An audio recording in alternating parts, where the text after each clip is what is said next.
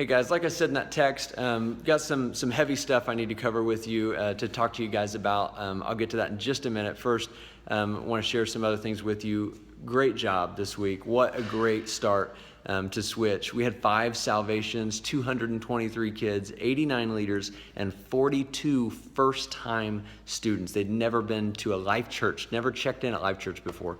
42 of them. So, man, great job. Small groups, I've heard great things. Thank you guys. I know that first week's chaotic, and the second week, to be honest, can kind of be crazy too. We still have a lot of new kids that will come. Thank you for being flexible and making it work and leading well. And so now the big part comes in, which is follow-up. So hopefully you took a group photo like I had asked and sent that photo and a text to every parent of a student in your small group, right? So that's the first step of, man, we got to get parent info, right? We got to connect with parents. And so now it's make sure that you are following up with those students. So if you haven't already, make sure, and even if you have already last week, make sure that today or tomorrow you text those students again and tell them, I'm so glad you came. Can't wait to see you guys next week, or can't wait to see you next week, right? Specifically texting them if you're able.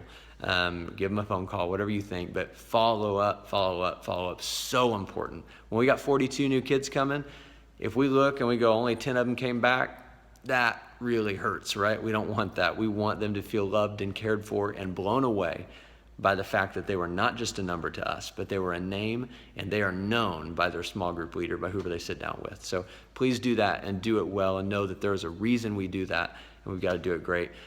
Also, this coming week that we're doing a message called Real Not Fake. And so we're going to be talking about just be open, be transparent, be who you are. And so during the setup video, there are different leaders from different campuses sharing things they've been through. And so some of the stuff that will be shared is depression and cutting and dealing with deaths in the family or friends, you know. And so there's going to be some heavy things. So I want you to be prepared for that, all right? So you can actually go watch that video at leaders.life.church. And so can the parents, okay? So make sure that you text parents and say, hey, so-and-so, this is your child's small group leader again. Just wanted you to know that this week the message is covering some heavy things, and wanted to give you an opportunity to actually watch the video that sets up the message. You can go to leaders.life.church to watch that, right? So then we're communicating with them, setting them up to win as parents. So please make sure that we do that well. This is it. This is the meat of what we do, okay? Make sure we do that well. Yeah, I think that's, and also we are doing, we're going to do rosters. So this week and probably next week, we'll do rosters. We'll update them again next week. You'll get a piece of paper for that. And I just need you to put your names and then every student's names that's in your group with their info, right? So their number, and it's got it all on there. We've got to have that, because right now we look at it and we go, man, I don't know how many's in each group, and we want to have healthy groups, and we want to know where we can put new students when they come. And so we need to get some of that updated to give, so that I and the small group coaches can have a visual of looking and going, okay, where are we at here? And so thank you guys for doing that. Make sure they're legible, please, and done well. Really appreciate your help. Now, this is not something I ever want to have to talk about. But as we know, man, this is life. We live in an imperfect world, and painful stuff happens. And this last Saturday, we had a Switch student. His name is Dylan Collier. Dylan has been coming to Switch for quite a while, not weekly, and he's was a little bit inconsistent throughout there. And so many of you may not know him well. Some of you will know him.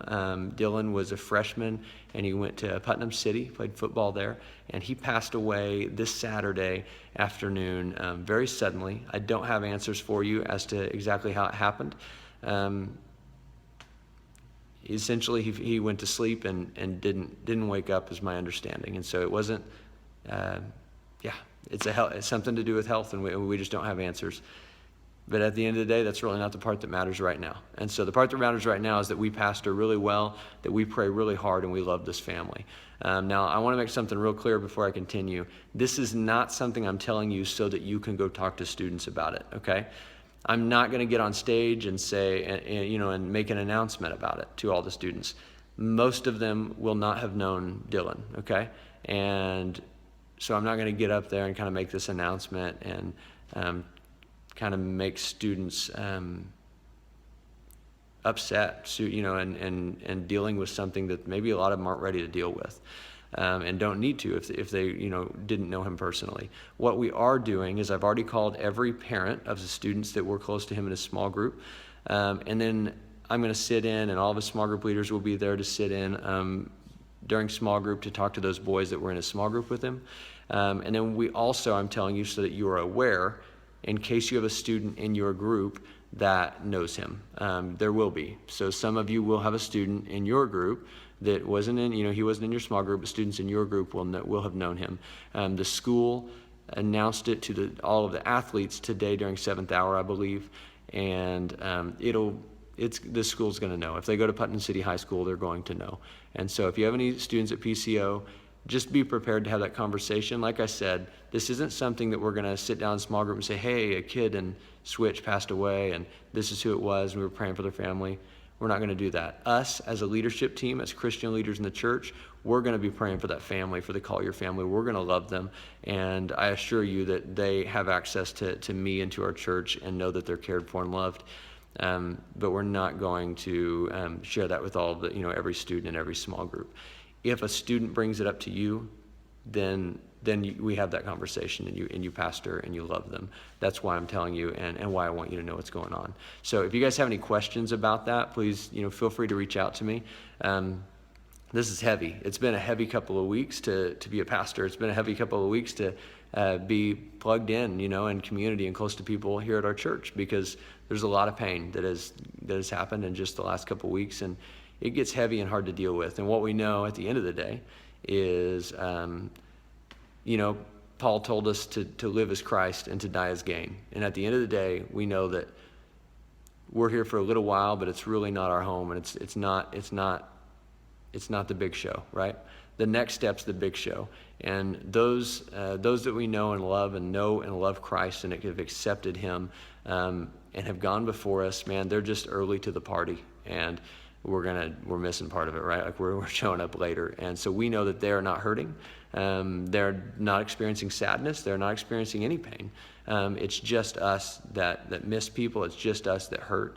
And but we have to know that they're in a great place. And then we sit and we go, how do we love this family? And so how do we pray? And we do that by praying for them. And so again, if you have questions for me, let me know. Thank you guys for being who you are. Thank you for being a great team. Thank you for loving students. I want to say this, all small group leaders, you guys, you have a huddle at 6:15 every Wednesday. Please be there. Do everything that you can to get to your huddle at 6:15. And then at 6:35, so end your huddle at 6:30. At 6:35, I need all of you small group leaders in Crosstown so we can kind of sit down and talk about how we're going to address small groups with this topic in this series. And I just would like to talk to you guys kind of about what it is that we're doing there. And so 6:35 in Crosstown, but meet with your teams at 6:15. So thankful for you, love you and appreciate you, and I'll see you guys soon.